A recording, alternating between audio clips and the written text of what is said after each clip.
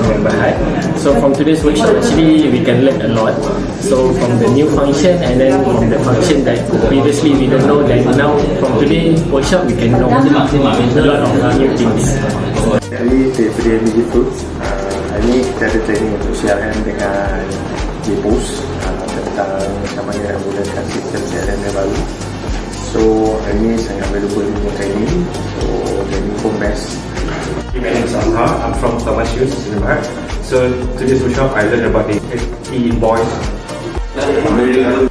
Michael here, akan kembalikan Iwan.